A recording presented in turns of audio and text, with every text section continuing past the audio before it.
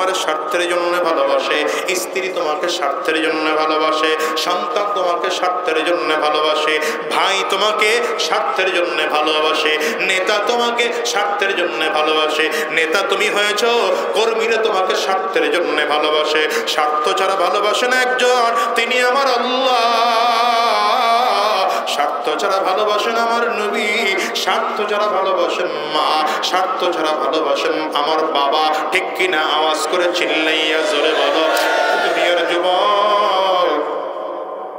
এই জন্য বলে যাই, দুনিয়ার যত তাল ডালের মধ্যে আসো, সাবধান, আল্লাহর রাস্তা ছেড়ে দিও না, নবীর রাস্তা ছেড়ে দিও না, কোরআনের পথ ছেড়ে দিও না।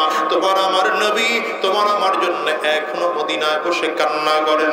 রাহমাতুল লিল আলামিন কিয়ামতের ময়দানে যেদিন দাঁড়াবে, রাহমাতুল লিল আলামিনের বাম সাইডটা ডান সাইডের এই জায়গাটা কাদা মাখা থাকবে। ফেরেশতারা বলবেন, পয়গম্বর আপনার পোশাকের ডান সাইডটা কাদা মাটি মাখা কেন? নবী আমার বলবেন, ফেরেশতারা জানো রওজায় বসে আমি নবী ঘুমাই না, উম্মতের জন্য চোখের পানি বলে বলে কান্না করেছি। আর বলেছে, রব্বি হাবলি উম্মতি, রব্বি হাবলি উম্মতি। ও দুনিয়ার মুসলমানেরা, কিয়ামতের ময়দানেও আমার নবী উম্মতের জন্য কান্না করবে। সহিহ বুখারীর বর্ণনা, কিয়ামতের ময়দানে মানুষগুলো তাকিয়ে যখন দেখবে সূর্য মাথার মুঠো মাত্র উপরে দেখা যায়, মাথার মগজগুলো সূর্যের তাপে টকবক করে ফুটতেছে। আমার মনে হয় মানুষগুলো তাকিয়ে দেখবে, ডান দিক থেকেও জাহান্নামের আগুন ধরিম ধরিম আওয়াজ করে সামনের দিকে আগায়, বাম দিকেও তাকিয়ে দেখবে জাহান্নামের আগুন, সামনের দিকেও তাকিয়ে দেখবে জাহান্নামের আগুন সামনের দিকে আগাইতেছে। পেছন দিকেও তাকাবে, তাকিয়ে দেখবে জাহান্নামের আগুন। মানুষগুলো হয়রান আর পেরেশান হয়ে যাবে, পাগল পারা হয়ে যাবে। আর ডেকে বলবে, মালিক ক্ষমা করে দাও। আমার মালিকের সামনে দাঁড়াইয়া সেদিন মাফ চাইলে কাউকে মাফ করা হবে না। রব্বে কারীম সেদিন জালালিয়াত, জব্বারিয়াত, কাহ্হারিয়াতের কণ্ঠে ডাক দিবেন, লিমানিল মুলকুল ইয়াউম। আজকের দিনের বাদশাহী কার? মানুষগুলো সেদিন কথা বলতে পারবে না। আল্লাহ নিজেই বলবেন, লিল্লাহিল ওয়াহিদিল কাহ্হার। আজকের দিনের বাদশাহী আর কারণ নয়, একমাত্র আমি আল্লাহ। চিল্লায়া জোরে বলো কার? মানুষগুলো যখন এমন পেরেশান হয়ে যাবে, বুখারীর বর্ণনা, সেদিন মানুষগুলো আদম আলাইহিস সালামের কাছে যাবে। পয়গম্বর আদম, আপনি আমাদেরকে নিয়ে আল্লাহর কাছে চলেন, দেখেন না আল্লাহ আমাদের বিচার কার্য আরম্ভ করেন কিনা। পয়গম্বর আদম আলাইহিস সালাম বলবেন, আল্লাহর সামনে আজকে আমার মতো বান্দা দাঁড়ানোর কোনো শক্তি রাখে না। পয়গম্বর মুসা আলাইহিস সালামের কাছে আসবে, তিনিও বলবেন আমার দ্বারাও সম্ভব না। ঈসা আলাইহিস সালামের কাছে আসবেন, তিনিও বলবেন আমার দ্বারা সম্ভব না। নূহ আলাইহিস সালামের কাছে যাবেন, তিনিও বলবেন আমার দ্বারা সম্ভব না। ইব্রাহিম আলাইহিস সালামের কাছে যাবেন, তিনিও বলবেন আমার দ্বারা সম্ভব না। সর্বশেষ পয়গম্বর ঈসা আলাইহিস সালামের কাছে যখন আসবে, তিনি বলবেন আমিও যদি পারবো না, তবে আমি একজনের সন্ধান দিতে পারি, তোমরা যদি তার কাছে যাও ক্ষমতা ক্ষমা পাইতে পারো। সবাই বলবে কে তিনি? বলে শেষ জামানার নবী মুহাম্মদুর রাসূলুল্লাহর কাছে যদি তোমরা যাও, আজকে তিনি একমাত্র আল্লাহর সামনে দাঁড়াইতে পারবে। আর কেউ আল্লাহর সামনে দাঁড়ানোর সাহস শক্তি রাখে না। রাসূলুল্লাহ সাল্লাল্লাহু আলাইহি ওয়াসাল্লামের সামনে সব উম্মতরা এসে হাজির হয়ে যাবে। শুধু আমার নবীর উম্মত নয়, সব নবীর উম্মতরা এসে হাজির। আমার নবীর দিকে তাকিয়ে তাকিয়ে দেখবে রাহমাতুল লিল আলামিন জাহান্নামের কিনারায় দাঁড়াইয়া, পুলসিরাতের পাশে দাঁড়াইয়া আমার নবী আওয়াজ করে করে ডাকে, রব্বি হাবলি উম্মতি, রব্বি হাবলি উম্মতি। আয় আল্লাহ আমার উম্মতকে বাঁচাও, আমার উম্মতকে বাঁচাও, আমার উম্মতকে বাঁচাও। মানুষগুলো নবীর সামনে দাঁড়িয়ে বলবে, পয়গম্বর আজকে আপনি ছাড়া আল্লাহর সামনে দাঁড়ানোর ক্ষমতা কেউ রাখে না। আপনি আমাদেরকে নিয়ে আল্লাহর কাছে চলেন, আল্লাহ আল্লাহ তাআলাকে বিচার কার্য আরম্ভ করে দিতে বলেন। রাহমাতুল লিল আলামিন সব উম্মতদেরকে লইয়া সামনে সামনে চলবেন। আল্লাহ তাআলা কদমের সামনে যাইয়া মাথাটা জমিনের মধ্যে ঠেকাইয়া আল্লাহর দিকে তারিফ ও প্রশংসা সানা সিফাত করতে থাকবেন। লম্বা সময় করার পর বুখারীর বর্ণনার মধ্যে এসেছে রব্বে করিম আল্লাহর নবীর নাম ধরে ডাক দিবেন আর বলবেন, ইয়া মুহাম্মদ ইরফা রাসাক সাল তুতা ইশফা তুশফা। মুহাম্মদ সাজদা থেকে মাথা উঠাও, কি চাইবা তুমি চাও আমার কাছে, কি সুপারিশ করবা আমার কাছে বলো। নবী আমার মাথাটা উঁচু করে বলবেন, আয় আল্লাহ, আজকে আপনার এই আযাব দুনিয়ার মানুষেরা সহ্য করতে পারে না, বিচার কার্য আরম্ভ করে দেন। আল্লাহ তাআলা বলবেন, পয়গম্বর বিচার কার্য আরম্ভ করে দিলাম।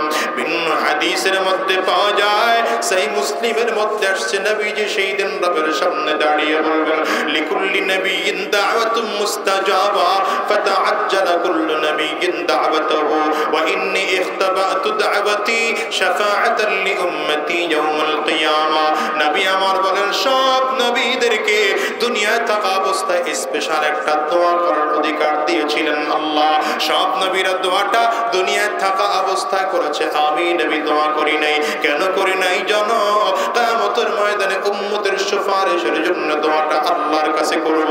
আজকের এই কিয়ামতের ময়দানে দাঁড়াইয়া রাহমাতুল লিল আলামিন রবের সামনে ডেকে বলবেন, আয় আল্লাহ, আমার উম্মতদেরকে যদি আপনি ক্ষমা করেন তাইলে একটা ছোট্ট কাজ আপনি আমার করবেন। আমার উম্মতদের সব আমলনামাগুলো ক্ষমা করে দিয়া বিনা হিসাবে আমার উম্মতদেরকে আপনি জান্নাত দিয়ে দেন। নবীর দিকে তাকিয়ে আল্লাহ বলবেন, পয়গম্বর, আপনার সব উম্মতদেরকে আমি মাফ করে দিলাম, তবে আপনার উম্মতদেরকে বাঁচানোর জন্য একটা ছোট্ট পদ্ধতি আছে। পদ্ধতি হলো, দুনিয়ার মধ্যে চাঁদ কপালে ঘোড়া যেমন কপালের দেখলেই চিনা যায় এটা চাঁদ কপালে ঘোড়া, যেই মানুষগুলো নবীর উম্মত এক ওয়াক্ত নামাজ ছাড়ে নাই, ওই মানুষগুলোর নামাজের জায়গাগুলো নূর দিয়ে কিয়ামতের ময়দানে চমকাইতে থাকবে। আল্লাহ তাআলা বলবেন, হাবিব, এই যার জায়গাগুলো নূরের চমকায়, ওই কপালটা নূর দিয়ে চমকায়, হাতের জায়গাগুলো নূর দিয়ে চমকায়, সাজদার জায়গাগুলো নূর দ্বারা চমকায়, এদেরকে বেছে বেছে বেছে জাহান্নামের আগুন থেকে বের করে জান্নাতে নিয়ে যান। ওরে দুনিয়ার মুসলমানেরা, এই জন্য বলি সাবধান, দুনিয়া হারাম লোকদেরকে বন্ধুত্ব বানাইও না, খারাপ মানুষদেরকে বন্ধুত্ব বানাইও না, দুনিয়ায় হারাম খারাপ মানুষদের সাথে বন্ধুত্ব গ্রহণ করিও না। সুদখোরদেরকে বন্ধু বানাইলে এখন থেকে ত্যাগ করো, ঘুষখোরদেরকে বন্ধু বানাইলে এখন থেকে ত্যাগ করো। দুনিয়াদারদেরকে বন্ধু না বানাইয়া, বন্ধু যদি বানাইতে হয় দাড়িওয়ালা, টুপিওয়ালা, জুব্বাওয়ালা উলামায়ে কেরামদেরকে বানাইব। এক ওয়াক্ত নামাজ ছাড়বো না, হারাম রাস্তায় এক কদম নাড়াবো না। কেন বলি জানো? দুনিয়ার জমিনে কে কয়দিন বাঁচবো জানি না, আজ আসি আগামী কালকে থাকবো এমন কোনো গ্যারান্টি নাই। বাজান রে, দুনিয়া আসার সিরিয়াল আছে, যাওয়ার কিন্তু কোনো সিরিয়াল নাই। দুনিয়া আসার সময় আগে দাদা আসে, তারপরে বাবা আসে, তারপরে সন্তান আসে। যাওয়ার সময় এমন হয়, বাবা দুনিয়া থাকে, সন্তান জমিন থেকে বিদায় হয়, দাদা দুনিয়া থাকে, নাতি জমিন থেকে বিদায় হয়। এমন হয় কি হয় না? আওয়াজ দিয়ে চিল্লায়। আজকের এই মজলিসটাতে কত মানুষ হাজির, এই মানুষগুলোর দিকে তাকাইলেও দেখবেন যাদের ঘরে মা নাই, যাদের ঘরে বাবা নাই, আছে না নাই বাজার? ও মুসলমান, কার কার মা নাই? একটু হাতটা উঁচা করে আমার আল্লাহরে দেখাও। বাবা কার কারণে হাত উঁচা করে দেখাও বাজার। যাদের ঘরেও তো আমার মা নাই, হাতগুলো তুলে রাখেন, নামাইবেন না। ওর কলিজার টুকরো যুবকগুলো তাকিয়ে তাকিয়ে দেখুক মা হারা মানুষগুলো চোখের পানিগুলো ফেলে কেমন করে কান্না, বাবা হারা মানুষগুলো চোখের পানি ফেলে কেমনে কাঁদে রে যুবক। মানুষ মানুষগুলো যারা হাত তুলে আছে কাদের চক্ষু দুইটা লাল হয়ে গেছে, কারো চোখের কোটায় পানি জমে গেছে, কারো চোখ দিয়ে গাল বেয়ে বেয়ে পানিগুলো পড়ে। যুবক ভাই, হাতগুলো নামান। আমি কেমন করে তোমারে বুঝাবো? এই দুনিয়া যার ঘরে মা নাই, যার ঘরে বাবা নাই, ওই মানুষটার কলিজায় কত আফসোস আর কত কষ্ট। লক্ষ কোটি টাকার বিনিময়ে যদি মাকে পাওয়া যেত, মনে হয় যেন এরা মাকে গ্রহণ করত। আর লক্ষ কোটি টাকার বিনিময়ে যদি বাবাকে পাওয়া যেত, এরা বাবাকে গ্রহণ করত। ও যুবক ভাই রে, আজকের মাহফিল থেকে ওয়াদা করে বিদায় হও। কোন দিন যেন তোমার আমার সামনে আজরাইল দাঁড়িয়ে যায়। গুনাহগারের সামনে যখন আজরাইল দাঁড়াবে, গুনাহগার তাকিয়ে তাকিয়ে দেখবে আজরাইলের বিশাল দেহ, পাও দুইটা জমিনে দেখা যায়, মাথাটা সাত আসমানের উপরে দেখা যায়। এক হাত পৃথিবীর পূর্ব প্রান্তে, এক হাত পৃথিবীর পশ্চিম প্রান্তে। চক্ষু দুইটা উহুদ পাহাড়ের চেয়ে বড়। প্রত্যেকটা পশমের গোড়ার থেকে মনে হয় যেন আগুনের ফুলকি বের হয়। গুনাহগার দেখে দেখে চোখটা উল্টাইয়া যাবে। শরীরের 360টা মুকামের মধ্যে রূহটা দৌড়াইতে আরম্ভ করবে। আজরাইল আলাইহিস সালাতু ওয়াস সালাম কলিজাটার মধ্যে এত জোরে থাপা মারবে, কলিজার রগগুলো টাস টাস টাস টাস করে রগগুলো ছিঁড়ে চলে যাবে। ওরে দুনিয়ার মুসলমানেরা, হিসাব মিলাও, এইবার তোমার আমার কবরে কেউ নাই। ওই কবর বড় ভয়ঙ্কর। কবর বারবার বলে, আনা বাইতুল জুলমা, আনা বাইতুল ওয়াহদা, আনা বাইতুত তুরাব। আমি বড় একাকীর ঘর, আমি বড় অন্ধকার ঘর। আমার কাছে সাথীও নাই, বাতিও নাই, দুনিয়ার কোনো কিছুই নাই। আমি শুধু চিনি আমল। ভালো আমল করে যদি আসতে পারো, ভালো আচরণ করব। কবর বলে যদি ভালো আচরণ করে আসতে না পারো, আমার ডানে মাটি, বামে মাটি, সামনে মাটি, পেছনে মাটি, আমি দুই দিকের মাটিগুলো একত্রিত হইয়া এত জোরে চাপ মারব, একটা পাথরের হাড্ডি আর একটা পাথরের মধ্যে নিয়ে পৌঁছাইয়া দেব। ওরে যুবক ভাই, ও দুইটা গিয়ে দাও, পায়ে হাত দিয়ে বলে যাই, আর নামাজ ছাইরো না, হারাম রাস্তায় কদম বাড়াইও না। মুরব্বি বাজান, নিজের দিলের দিকে তাকাইয়া তাওবা করে ফেলো। চোখে পানি এনে আবার মালিক রে কান্না করো আর ডাকো। আর নিজের গুনাহের কথা স্মরণ করে কান্না করো। কত মানুষের ঘরে মা নাই, কত মানুষের ঘরে বাবা নাই।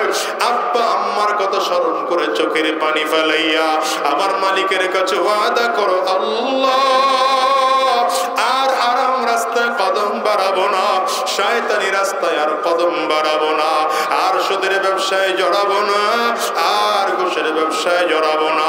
তুই আর কারা কারা দুইটা হাত উঁচা করে আমার আল্লাহরে দেখাও। আওয়াজ দিয়ে চিল্লাইয়া জোরে ডাক দাও, আল্লাহ। জবান করে জোরে ডাকো, আওয়াজ দিয়ে ডাকো, আল্লাহ।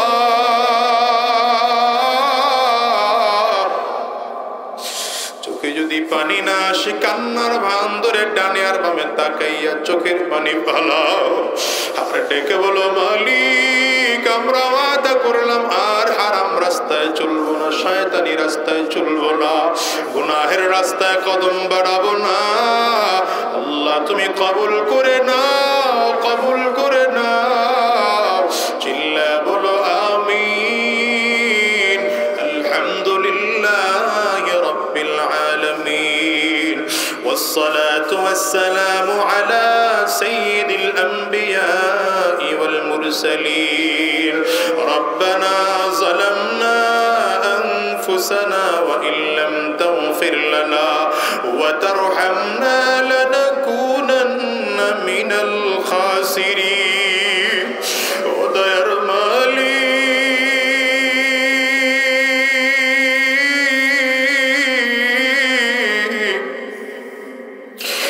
তোমার কত উলামায়ে কেরামদেরকে সাথে নিয়ে হাত তুলেছি গো মাওলা।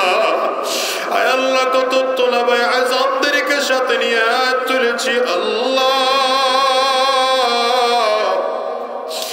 দাড়ি পাকা মুরব্বী বাজানদেরকে সাথে নিয়ে হাত তুলেছি গো মালিক।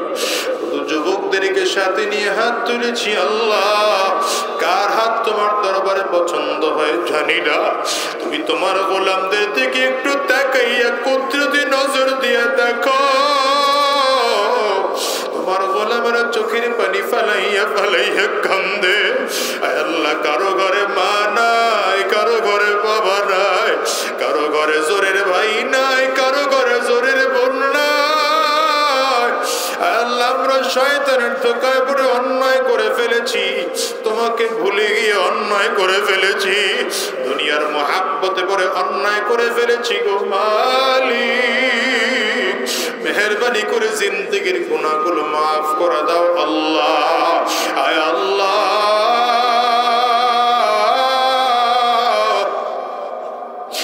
একজন বান্দার চোখের পানিও বিফলে দিও না আল্লাহ। সকলেরই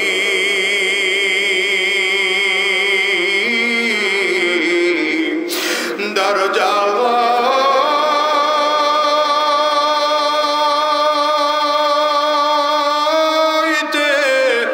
আল্লাহ ফিরিয়া আল্লাহ আল্লাহ তোমারি দরওয়াজা রইলাম পড়িয়া। তুমি যদি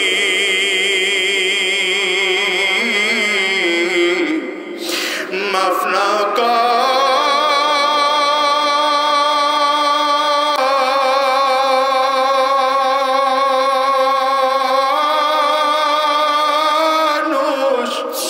আল্লাহ বানাইয়া আল্লাহ আল্লাহ আল্লাহ কেমনে দিবা জাহান্নামে ফালাইয়া, কেমনে দিবা জাহান্নামে ফালাইয়া। ও দয়ার মালিক মেহেরবানি করে আমাদের জিন্দেগির গুনাহগুলো মাফ করে দাও আল্লাহ। জীবনে যত গুনাহ করেছি, জেনে না জেনে, বুঝে না বুঝে, ইচ্ছায় অনিচ্ছায়, গোপনে প্রকাশ্যে, দিনে রাতে সব গুনাহ থেকে মাফ চাই, মেহেরবানি করে মাফ করে দাও। আয় আল্লাহ আমাদেরকে দ্বীনের জন্য কবুল করে। নবীজির উস্তাদ কে? হয় না আরো জোরে কে? চিৎকার করে নবীজির উস্তাদ কে? নবীজি নিজেই বলেন আল্লামানি রব্বি ফাআহসানা তা'লিমি ওয়া আদ্দাবানি রব্বি ফাআহসানা তা'দীবি। দুনিয়ার মানুষেরা আমি নবী দুনিয়ার কারো কাছে লেখাপড়া করি নাই, ইলম শিখি নাই, শিক্ষা অর্জন করি নাই। আমাকে যা শিখিয়েছেন আমার আল্লাহ তাআলা শিখিয়েছেন। এজন্য আমি নবীর শিক্ষা জগতের সব থেকে শ্রেষ্ঠ শিক্ষা। নবীজির দুনিয়ার কোন শিক্ষা আমার নবীর মধ্যে ছিল না। কোন লেখা নবীজি লিখতেও পারতেন না, কোন লেখা পড়তেও পারতেন না। এই জন্য জিবরিল আমিন যখন নবীজির কাছে আসছেন, জিবরিল আমিন আইসা, সহিহ বুখারীর বর্ণনা, জিবরিল আমিন এসে নবীকে প্রশ্ন করলেন, ইয়া মুহাম্মদ ইকরা, মুহাম্মদ আপনি পড়েন। নবীজি ডাইরেক্ট উত্তর করলেন, মা আনা বিকারিন, আমি পড়তে জানি না, পাঠক নই। খুব ভালো করে এই জায়গাটা বুঝেন। জিবরিল আমার নবীকে কি বললেন? মুহাম্মদ আপনি পড়েন। কথা বলেন, জিবরিল কি বলছেন? মুহাম্মদ আপনি পড়েন। নবীজি কি বললেন? পড়তে জানি না, পাঠক না, কারি না। এখন জিবরিলের উচিত কি? নবীকে শিখায় দেওয়া। কথা হয় না? জিবরিল আমিনের উচিত কি? নবীকে শিখান নাই, কিন্তু না শিখিয়ে কি করেছেন? নবী বলেন ফাআখাযানি, জিবরিল আমাকে ধরলেন, সিনার সাথে সিনা মিলাইলেন, ফাগাত্তানি, সিনার সাথে সিনা মিলিয়ে চাপ দিলেন, এত জোরে চাপ দিয়েছেন হাত্তা বালাগা মিন্নিল জুহদ, প্রচন্ড কষ্ট পেয়েছি আমি। ফাআরসালানি, এরপরে আমাকে ছেড়ে দিলেন, ছেড়ে দিয়ে বললেন ইকরা। আরে আপনি আমাকে শিখাবেন না, শিখাইয়া আমার চাপ দিয়া ছেড়ে দিয়ে এখন পড়েন, কেমন হলো? নবীজি দ্বিতীয়বার আবারও বললেন মা আনা বিকারিন, আমি পড়তে জানি না। জিবরিল আবারও ধরলেন, ফাগাত্তানি সানিয়া, দ্বিতীয়বার আবার চাপ দিলেন, আবারও ছেড়ে দিয়ে বললেন পড়েন। নবীজি আবারও বললেন পড়তে জানি না। জিবরিল আবারও ধরলেন, আবারও চাপ দিলেন, আবারও চাপ দিয়ে ফাগাত্তানি সালিসা, তৃতীয়বার চাপ দিয়ে ছেড়ে দিলেন, ছেড়ে দিয়ে বললেন পড়েন। এইবার পড়েন বলার সময় জিবরিল একটু বাড়ায়া বলছেন ইকরা বিসমি রাব্বিকাল্লাযী খালাক। নবীজি এখন আর বলেন না যে পড়তে জানি না, এখন জিবরিলের সাথে সাথে নবী পড়া আরম্ভ করেছেন। ইকরা বিসমি রাব্বিকাল্লাযী খালাক, খালাকাল ইনসানা মিন আলাক, ইকরা ওয়া রাব্বুকাল আকরাম আল্লাযী আল্লামা বিল কলম আল্লামাল ইনসানা মা লাম ইয়ালাম। যেই নবী প্রথমবার বলছেন পড়তে জানি না, দ্বিতীয়বার বলেছেন পড়তে জানি না, তৃতীয়বার সেই নবী গড়গড় করে পড়া শুরু করলেন। এক টানে 5 আয়াত, এক টানে কত আয়াত? 5 আয়াত এক টানে পড়া শুরু করলেন। 19টা শব্দ একসাথে পড়লেন। কি বুঝাইলেন? গোটা পৃথিবীর মানুষকে কি মেসেজ দিলেন? গোটা পৃথিবীর মানুষকে 2টা কথা বুঝিয়েছেন। 1 নম্বর কথা, জিবরিল প্রথমবার বলেছেন ইকরা, দ্বিতীয়বার বলেছেন ইকরা, কিন্তু তৃতীয়বার বলেছেন ইকরা বিসমি রাব্বিকাল্লাযী খালাক। প্রথমবার বলেছেন নবী পড়েন, তো নবীজির প্রশ্ন পড়ব তো কার নামে পড়ব? দ্বিতীয়বারও পড়েন, তো নবী বলেন পড়ব তো কার নামে পড়ব? এটা নবীজির মনের প্রশ্ন। কিন্তু তৃতীয়বার যখন বললেন আপনি রবের নামে পড়েন, নবী রবের নামে পড়া শুরু করছেন। কিয়ামত পর্যন্ত রবের নাম ছাড়া পড়াকে নবীজি ব্যান্ড করে দিয়া রবের নাম দিয়ে যেই পড়া শুরু হয় সেই পড়া চালু করেছেন। বুঝেন নাই? যেই পড়া শুরুতে রবের নাম নিয়ে পড়তে হয় এই পড়া চলবে। যেই পড়ার শুরুতে রবের নাম নাই পড়া পারেন নাই, সবাই বলতে পারেন। যেই পড়াতে রবের নাম আছে সেই পড়া চলবে, যেই পড়ার রবের নাম নাই সেই পড়া। এবার বলেন, কোরআন পড়তে হলে বিসমিল্লাহির রহমানির রহিম রবের নাম নিতে হয় কি হয় না? হাদিস পড়তে হলে রবের নাম নেই না নেই না? তাহলে কোরআন পড়তে গেলে, হাদিস পড়তে গেলে, কোরআন এবং হাদিস পড়তে গিয়ে যা যা দরকার হয় এগুলো পড়তে গেলে রবের নাম নিতে হয়, ঠিক না? কিন্তু আমাদের বর্তমান শিক্ষার যে সিস্টেম, মুরব্বিগুর যুগের স্কুলের কথা বলতেছি না, এখনকার যুগের স্কুলের যে পড়ালেখার সিস্টেম, তাদের প্রাথমিক বিদ্যালয়, মাধ্যমিক বিদ্যালয়, উচ্চ মাধ্যমিক বিদ্যালয়, কলেজ, ইউনিভার্সিটি, একটা জায়গাতেও পড়া শুরু করতে গিয়ে বিসমিল্লাহ দিয়ে পড়তে হয়, আল্লাহর নাম নিয়ে পড়তে হয়, এমন পড়া নাই। আর এমন পড়া নাই এ কারণেই আমাদের দেশের সন্তানদেরকে শেখানো হয় তুমি মানুষের সৃষ্টি না, তুমি বানরের জন্ম। নাউজুবিল্লাহ, আগামী বছর কইেন, এখনো কইবেন না নাউজুবিল্লাহ। আর এই কোনার কিছু মানুষ যে বইছে নাউজুবিল্লাহ কি বাড়ি থুয়েছেন? চিল্লা জোরে নাউজুবিল্লাহ বলেন। রবের নামের পড়া না থাকার কারণে মানুষের বাচ্চা কি বাচ্চা হয়ে গেল? এখন আপনাকে শেখানো হচ্ছে স্কুল, কলেজ, ইউনিভার্সিটিতে, এই কিছুদিন আগেও শেখানো হয়েছে, ট্রান্সজেন্ডার প্রমোট করা হলো। ট্রান্সজেন্ডার কেমন বুঝেন নাই? মুরব্বীরা মনে করছে ট্রান্সজেন্ডার মানে হলো খাওয়ানোর নাম কইছি কোন, এরা তো আর বুঝে না, এরা কি এই জগতের মানুষ। ট্রান্সজেন্ডারের মূল থিওরি হলো একজন ছেলে হয়ে জন্ম নিয়েছে, ছেলে হয়েই বড় হয়েছে, 18 বছর 20 বছর 22 বছর ছেলেই ছিল, মুখে দাড়িও ছিল, হ্যাঁ, কণ্ঠটাও মোটা, চলন বলন ছেলের মতো, শারীরিক গঠন ছেলের মতো। তো 20 বছর 22 বছর পরে মনে হয়েছে আমার শারীরিক গঠনটা ছেলে হলেও মনটা মেয়েদের মতো। যারা কন্যাই তারা এই দলের মনে হইতেছে, এই জন্য নাউজুবিল্লাহ বলতে কষ্ট হয়। মনটা কিসের মতো? এখন এখন এরা শিখাইতেছে সমাজে, তোমার মন যদি মেয়ের হয় তাহলে বুঝা গেল মেয়ে মন পুরুষের শরীরে আটকা পড়েছে,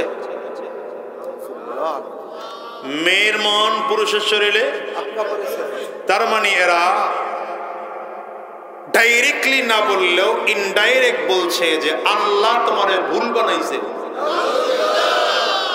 ঠিক না? আল্লাহ বানাবে করে তোমারে মহিলা, কিন্তু মহিলাটা না বানাইতে গিয়ে আল্লাহ দেহটা বানায় ফেলাইছে তোমার পুরুষ। এখন কি করব? করার হলো আল্লাহ যেহেতু ভুল করছে আমি তো আর ভুল করতে পারি না। কি কথা কন না? আল্লাহ ভুল করছে, আমি কি আর ভুল করবো? এখন সমাজ বলে তুমি ভুল করো না, এখন তুমি তোমাকে মেয়ে রূপে সবার কাছে দেখা দাও। মেয়ে রূপে দেখা দিবে কেমন? বলে এইবার তোমার অপারেশন শুরু করো, অপারেশন করে সব কাটটা সিটটা, এরপর তুমি মেয়ে হয়ে যাও। এবার তুমি বিয়ে করতে চাইলে আরেকজন ছেলেকে বিয়ে করতে পারবা, মেয়ে হইয়া আরেকজন ছেলেরে বিয়ে করতে পারবা। নাউজুবিল্লাহ আওয়াজ দিয়ে চিল্লা এখন যাদের মধ্যে ঈমান আছে। এটা হলো সমাজের ট্রান্সজেন্ডারের থিওরি। এই কিছুদিন আগেও পড়ানো হয়েছে।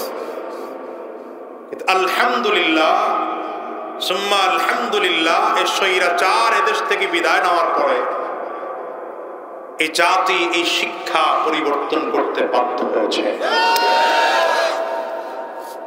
এই শিক্ষার মধ্যে এক বদমাশ ঢুকেছিল, নতুন শিক্ষা সিলেবাস পরিবর্তনের জন্য যাদেরকে দায়িত্ব দেওয়া হয়েছে এর মধ্যে একটা ঢুকেছিল, ও শুধু কোরআন বিশ্বাস করে, হাদিস বিশ্বাস করে না। ফিতনা যে কত আপনারা গ্রামের মানুষ বয়ে বয়ে বুঝবেন না। আপনারা তো নদীর থেকে মাছ ধরেন, ভাজেন আর ভাত দিয়ে খান। টোটাল সমাজে কি ফিতনা চলতেছে আপনারা টের পান না। আবারও আমাদেরকে আন্দোলনে নামতে হলো। সর্বশেষ একেও এই কমিটির থেকে বাদ দিয়ে নতুন শিক্ষা সংস্করণ করা হচ্ছে। আশা করা যায় এইবার সংস্করণে আমার সন্তান কিছু শিখতে পারবে ইনশাআল্লাহ। নয়তো জগদ্দল পাথরের মতো করে গোটা জাতির উপরে যে জুলুম আর জালিম চেপে বসেছিল, এই জাতি ইসলামের ইতিহাস ভুলে যেত, এই জাতি কোরআনের ইতিহাস ভুলে যেত, এই জাতি মাথায় টুপি নিয়ে চলতে পারতো না, এই জাতি মুখে দাড়ি নিয়ে চলতে পারতো না, এই জাতি দ্বীনের পথে চলতে পারতো না। নামে মুসলমান থাকলো আস্তা কাফের হয়ে যেত, ঠিক কিনা? আলহামদুলিল্লাহ আলহামদুলিল্লাহ, এটা গোটা সমাজ বুঝছেন আপনারা, তো বুঝলেও লাভ নাই। কেন? এমন জগদ্দল পাথরের মতো আমাদের উপরে চেপে বসেছে, গোটা রাজনৈতিক দল মিলেও কিছু করতে পারতেছি না। কথা বলে না কেন? বিএনপি ফেল, জামাত ফেল, চরমনেওয়ালারা ফেল, হেফাজত ফেল, তাবলীগওয়ালারা ফেল, 12 দল সব ফেল। আল্লাহ বলেন তোমরা রাজনৈতিক দল যেহেতু ফেল করেছো, আবাবিল পাখির মতো করে 20 বছর 18 বছর 15 বছর 25 বছরের ছোট্ট ছোট্ট ছাত্রগুলোরে এমন খেপান খেপায়া দেব, রাস্তায় নেমে যাবে, খানা পাক হবে, না খেয়ে পালাইতে হবে।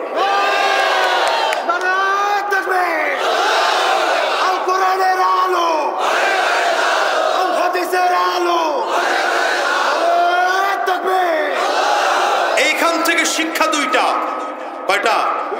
এইখান থেকে শিক্ষা দুইটা। যখন আমরা টোটাল রাজনীতিবিদরা মনে করেছিলাম 61 আর 41-এর আগে ক্ষমা নাই, কথা বলেন না কেন? যখন আমরা টোটাল রাজনীতিবিদরা এর জুলুম আর নির্যাতন সহ্য ক্ষমতা হয়ে গিয়েছিল, আল্লাহকে এবার তো করে দিয়ার পরিবর্তন হবে না, এবার ছাত্র লাগবে। ঠিক তেমনি তুমি যদি ইসলাম, এই ভাই কই যায় না, এই যাওয়া তো ভালো লক্ষণ না, স্বৈরাচারের সহযোগী মনে হচ্ছে। গেলে ছুটি নিয়ে যেতে হবে, কি নম্বরের চাপ আছে? কয় না তো, এত কথাই কয় না, বুঝলেন? সাবধান, উঠলে কিন্তু পরে আবার ওই দলের লোক বানায় দেব। সুতরাং গেলে ছুটি নিয়ে যাওয়া লাগবে। এখান থেকে একটা শিক্ষা, প্রথম শিক্ষা, ইসলামের ব্যাপারেও যদি আমরা প্রত্যেকে উদাসীন হয়ে যাই, ইসলামের ব্যাপারে যদি আমরা গোটা মুসলিম জাতি উদাসীন হয়ে যাই, আল্লাহ নতুন করে এমন এক জাতি বানাবেন যেই জাতি গোটা দুনিয়ায় ইসলাম কায়েম করার জন্য নতুন করে জাগ্রত হবে।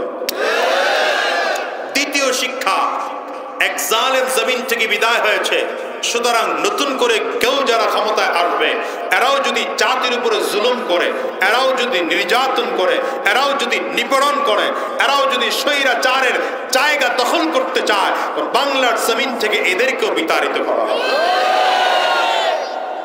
ঠিক না? রাগ করলেন ভাইরা? তেলে রাসূলুল্লাহ সাল্লাল্লাহু আলাইহি ওয়াসাল্লাম প্রথম দুইবার পড়লেন না, পরের বার পড়লেন, পড়ে গোটা জাতিকে কি বুঝাইলেন? যেই পড়ায় রবের নাম আছে সেটা পড়া, যেই পড়ায় রবের নাম নাই সেটা। দ্বিতীয় আরেকটা, জিবরিল আমিন সিনার সাথে সিনা মিলাইয়া ছেড়ে দিলেন, আর নবী পড়া শুরু করলেন। কেন? এর কারণ হলো গোটা কিয়ামত পর্যন্ত মানুষকে বুঝাইলেন দুনিয়ার সব শিক্ষা ইন্টারনেট দিয়ে শেখা যায়, ফেসবুক দিয়ে শেখা যায়, ইনস্টাগ্রাম দিয়ে শেখা যায়, গুগল দিয়ে শেখা যায়। ইসলাম শিখতে হলে উস্তাদের কাছে যেতে হয়। এটা গুগল দিয়ে চলে না, এটা ফেসবুক দিয়ে চলে না। কথা কেন? ইসলাম শিখতে হইলে উস্তাদ লাগবে। আবার উস্তাদ কেমন লাগবে? যেমন তেমন হইলে চলবে না। কথা কেন? এখন ডাক্তার সাহেব আপনার ইসলাম শিখাবে, ওই ইসলাম গ্রহণযোগ্য না। ইঞ্জিনিয়ার সাহেব আপনার ইসলাম শিখাবে, হবে না। তুমি ইঞ্জিনিয়ারিং লাইনে বড়, কিন্তু দ্বীনের লাইনে তুমি বাচ্চা, পারেন নাই ঠিক বলতে। আপনারা ঝামেলা আছে। রোগী এখানে আছে বোঝা যায়, আওয়াজের ভাবে বোঝা যায় রোগী এই জায়গায় আছে। ইসলাম শিখতে হলে আলেমদের কাছেই যেতে হবে। এই জন্য সুহবতের দাম আছে, সুহবতের রব্বে কারীম এই জন্য বলেন, ইয়া আইয়ুহাল্লাযীনা আমানুত্তাকুল্লাহ, ইয়া আইয়ুহাল্লাযীনা আমানুত্তাকুল্লাহ ওয়া কুনু মা'আস সাদিকিন। ইমানদারেরা সত্যবাদীদের সঙ্গী হতে বলেছেন, আল্লাহ তাকওয়া অর্জন করার জন্য বলেছেন। সাহাবায়ে কেরামদেরকে নবীজির সঙ্গী বানিয়ে দিয়েছেন। সাহাবীকে সাহাবী কেন বলা হয়? সাহেব মানে সাথী। কথা বল না, সাহেব মানে কি? নবীর সাহাবী মানে নবীর সাথী। সাহাবায়ে কেরাম নবীকে সাথীত্ব গ্রহণ করেছেন, এমন সাথী বানাইছেন যে 10 জন সাহাবী জমিনে থেকে জান্নাতের সার্টিফিকেট নিতে পেরেছেন। বন্ধুত্বটা কেমন বুঝেন, সম্পর্কটা কেমন? এখন আপনার সম্পর্ক কার সাথে চিন্তা করেন। এই ঠান্ডা মাথায় একটা কথা বুঝেন, হযরত আবু বকর, হযরত এই কথা কয় কারা? সাবধান, খুব সাবধান। এমন আচরণ এখানে চাই না। খুব মনোযোগ দিয়ে কথা শুনতে হবে। একটা পয়েন্ট ছুটে গেলে আর সামনের কথা বুঝবেন না। এটা ক্লাস, খুব ভালো করে বুঝেন। সাহাবায়ে কেরামরাও যেই কোরআন পড়েছেন, তাবিঈনরাও একই কোরআন পড়েছেন, না ব্যবধান আছে? এই কথা বলেন না তো আপনারা। তাবিঈনরাও একই কোরআন পড়েছেন, আইম্মা মুজতাহিদিনরাও একই কোরআন পড়েছেন। আমরাও সাহাবায়ে কেরামদের যুগেও কোরআনে যতগুলো আয়াত ছিল আমাদের যুগেও ততগুলো, না একটা জের জবর পেশ নুক্তার ব্যবধান হয়েছে? কথা বলেন না। সাহাবায়ে কেরামরাও নবীজির যা যা হাদিস পড়েছেন তা পড়েছি, বরঞ্চ কম পড়তেছি। কথা বল না কেন? এমন তো না যে বেশি পড়ি। বলেন তো, সাহাবীদের যুগেও কোরআন যা ছিল এখনো কোরআন তা, সাহাবীদের যুগেও হাদিস যা এখনো তাই যদি থাকে, তাহলে সাহাবায়ে কেরামদের এত দাম হইল কেন? লেখাপড়ার দিক দিয়ে যদি হিসাব করেন তাহলে তো একই। কথা হয় না? বলেন তো কারণ কি? হ্যাঁ, ব্যবধানটা হয়েছে সুহবতের কারণে। সাহাবায়ে কেরাম যা যা সূরা দিয়ে নামাজ পড়তেন, আমি আপনিও তা সূরা দিয়ে নামাজ পড়ি না, ব্যবধান আছে? সাহাবায়ে কেরাম আসমান থেকে অন্য কোনো আয়াত নাজিল হয়েছিল সেই সূরা দিয়ে নামাজ পড়তেন, আর আমরা অন্য সূরা দিয়ে নামাজ পড়ি, ব্যাপারটা এমন না। সাহাবায়ে কেরাম যেই সূরা দিয়ে নামাজ পড়তেন, সূরা ফাতিহা যেমনে পড়তেন, আমরা বরঞ্চ হিসাব করলে দেখা যায়, যদি কোয়ান্টিটির হিসাব করেন, সংখ্যার হিসাব করেন, সাহাবায়ে কেরামদের তুলনায় এখানে অনেক মুরব্বী আছেন যাদের নামাজের সংখ্যা বেশি। সংখ্যা বুঝে না, নামাজের সংখ্যা বেশি, ইবাদতের সংখ্যা বেশি। আর যারা নামাজ ঠিক মতো পড়ে, মাশাআল্লাহ, দেখছেন মুরব্বী থাকলে ফায়দা আছে। যারা নামাজ ঠিক মতো পড়ে সংখ্যায় বেশি, এই পয়েন্টটা ধরেন। আবু বকর সিদ্দিক রাদিয়াল্লাহু আনহু ইসলাম গ্রহণ করেছেন 42 বছর বয়সে। কত বছর? ইন্তেকাল করেছেন না, আরো 2 বছর বেশি ছিল, 65 বছর বয়সে, না আরো 2 বছর বেশি, 67 বছর বয়সে। কত বছর বয়সে?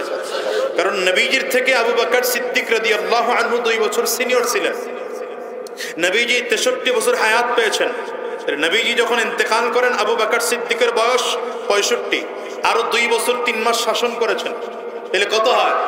67 বছর। তাহলে ইবাদতের সময় পেয়েছেন কতটুকু? 27 বছর। বোঝা না এরা? কত বছর? আবু বকর সিদ্দিক রাদিয়াল্লাহু আনহুর জীবনের ইবাদতের বয়স 27 বছর। উদাহরণ হিসেবে ধরলাম, প্রতিদিন 5 ওয়াক্ত নামাজ পড়লে 27 বছরে যে কয় ওয়াক্ত হয় ওই কয় ওয়াক্ত পড়ছেন। প্রতি বছর একটা রমজান হলে 27 বছরে 27 রমজান রোজা রেখেছেন। আমাদের এখানে যারা বালেগ হওয়ার পর থেকেই যেই মুরব্বী 1 রাকাত নামাজ ছাড়েন নাই, যেই মুরব্বী একজন একটা রোজাও ছাড়েন নাই, তার যদি বয়স এখন 70 হয়ে থাকে, দেখা গেল 50-60 বছর রোজা রাখছেন, নামাজের সংখ্যা অনেক বেশি হয়েছে। তাহলে আবু বকর সিদ্দিক রাদিয়াল্লাহু আনহুর তুলনায় আপনার নামাজের ওয়াক্ত বেশি, আবু বকর সিদ্দিক রাদিয়াল্লাহু আনহুর তুলনায় আপনার রোজার অঙ্ক বেশি, সংখ্যা বেশি। কিন্তু বলেন তো কোয়ালিটির দিক দিয়া কেমন কম? তুলনা চলে? আপনার আমার মতো 50,000 আলেমদের পুরো জিন্দেগীর ইবাদত এক পাল্লায় করেন, আর আবু বকর সিদ্দিক রাদিয়াল্লাহু আনহুর জীবনের এক দিনের নামাজের 5 ওয়াক্তের এক ওয়াক্তের 1 রাকাতের একটা সাজদাকে আরেক পাল্লায় করেন, সমান হবে? কেন? ব্যবধানটা আসলো কোথা থেকে? সোহবত বুঝেন তো, সাথিত্ব। সাহাবায়ে কেরাম নবীজিকে সাথী বানাইছেন। সাহাবায়ে কেরাম এমন মর্যাদাপূর্ণ যাদের চাহিদা অনুযায়ী আয়াত নাযিল হয়েছে। যাদের চাহিদা অনুযায়ী কি হয়েছে? আয়াত নাযিল হয়েছে।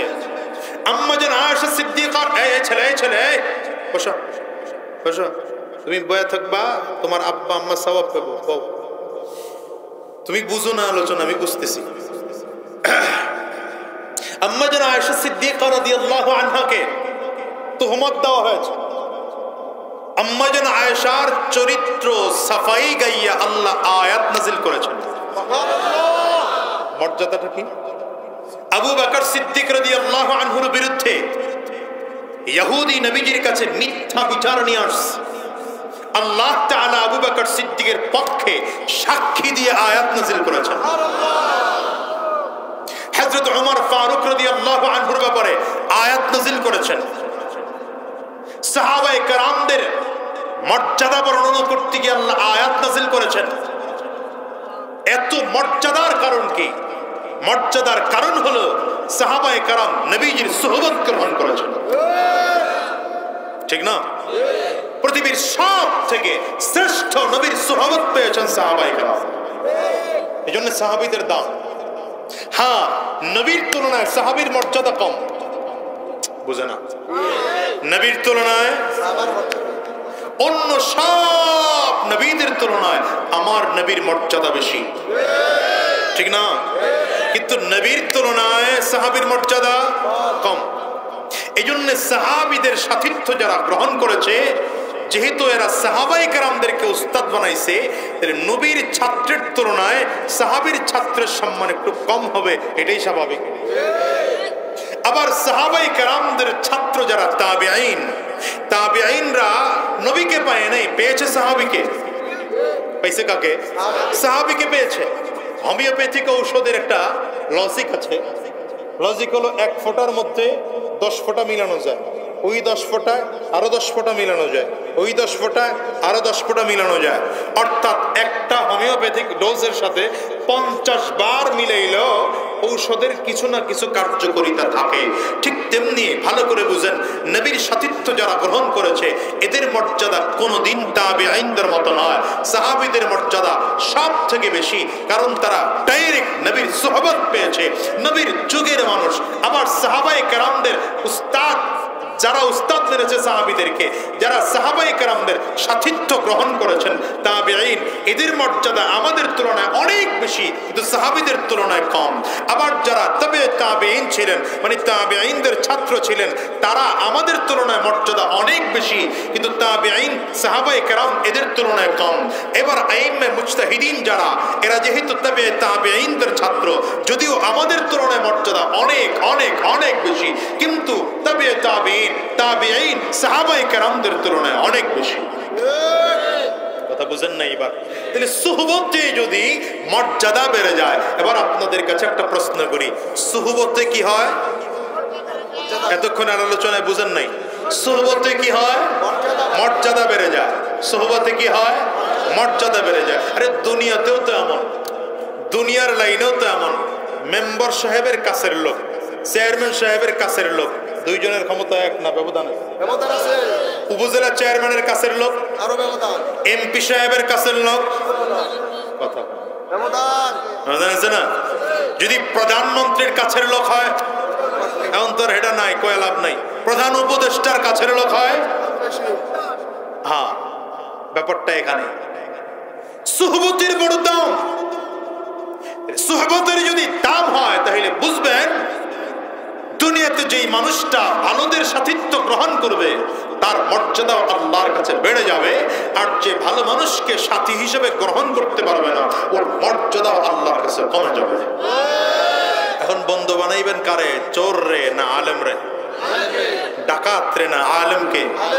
কথা কন না কেন? দাড়ি কামান্নাডি রে না দাড়ি ভা রাখুন্নাডি রে?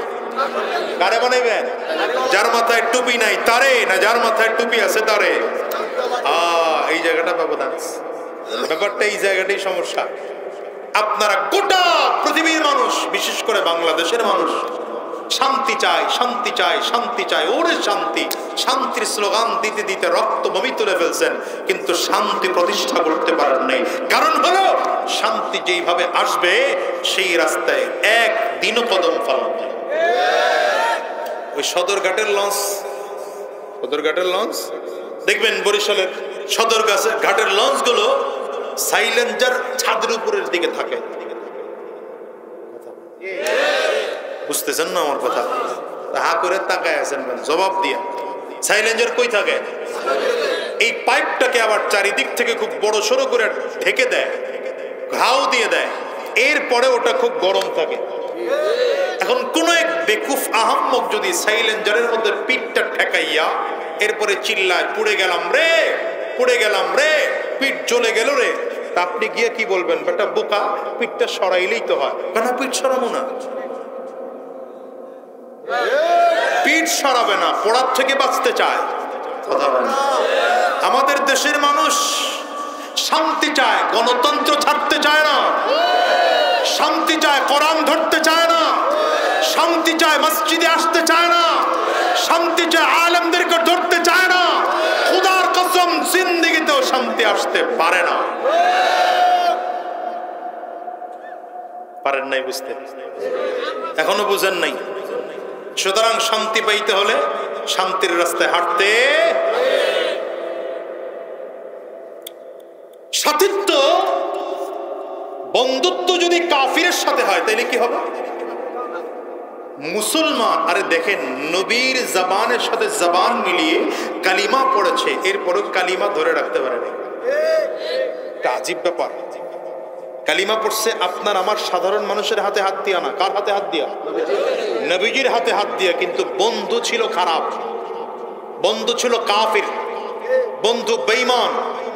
এ কারণে নবীর হাতে হাত দিয়ে কালিমা পড়েছে, এরপরও কালিমা টিকে রাখতে পারে নাই।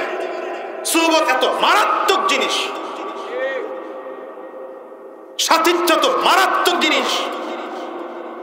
এই সাথিত্বের কারণেই তো, সম্পর্কের কারণেই বাংলাদেশের স্বার্থ একের পর এক বিক্রি করা হয়েছে শুধুমাত্র বন্ধুত্ব টিকিয়ে রাখার জন্য। এ কারণে গোটা বাংলাদেশের মানুষ এত বিচ্ছিন্ন হয়ে গেল, ক্ষিপ্ত হয়ে গেল, পালানোর জায়গা নাই, ওই বন্ধুর দেশে গিয়েই উঠছে। যার কাছে যেটা